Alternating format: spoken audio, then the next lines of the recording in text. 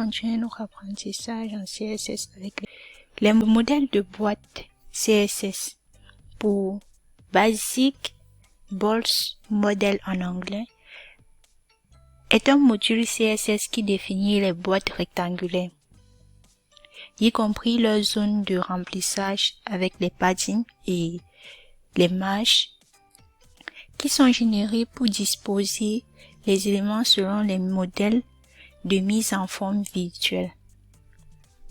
Référence propriétés. Les propriétés qui définissent le flux du contenu dans une boîte. Nous avons overflow, overflow X, overflow Y. Les propriétés qui définissent la taille d'une boîte.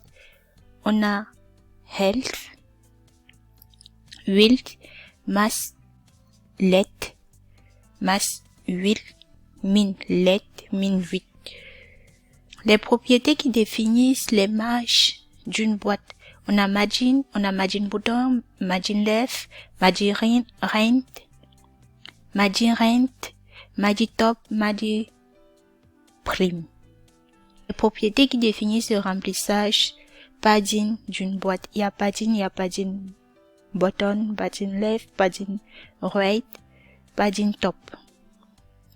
Et les autres propriétés, on a boss, shadow, visibility. Exemple de quelques types de positionnement. Lançons-nous à présent dans la pratique et étudions quelques exemples. Vous trouverez ci-dessus 3 éléments HTML différents, mais qui sont tous en position extérieure, en bloc. Le premier est un paragraphe possédant une bordure ajoutée en CSS. Le navigateur va alors disposer d'éléments comme la boîte en bloc lors de sa phase de rendu. Le paragraphe occupe alors sa propre nouvelle ligne. Voilà notre exemple. Nous avons les boîtes se diviser. Et ici, nous avons la partie CSS que je vais copier.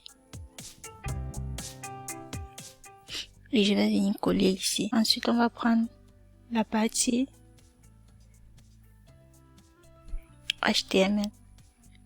Et je mets là. Maintenant, nous allons enregistrer et actualiser.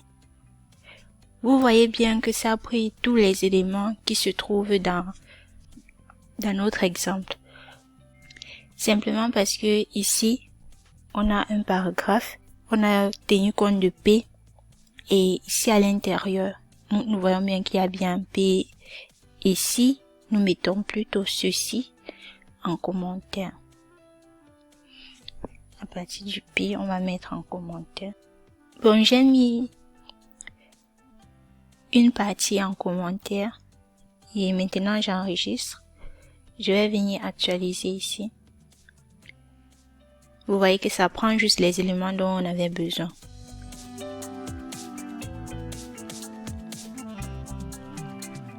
On a bien le texte qui est encadré avec des dimensions bien précises. Et c'est ce que nous voulions.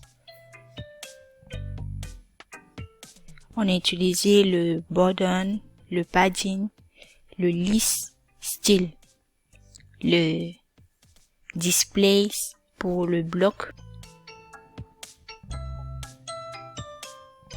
Et on pouvait aussi utiliser le margin. En fait, tous les éléments que nous avons cités, ça dépend de ce que on veut et comment on veut structurer notre code. Donc, c'est tout pour cette section. On se dit à très bientôt pour une nouvelle concernant Bootstrap.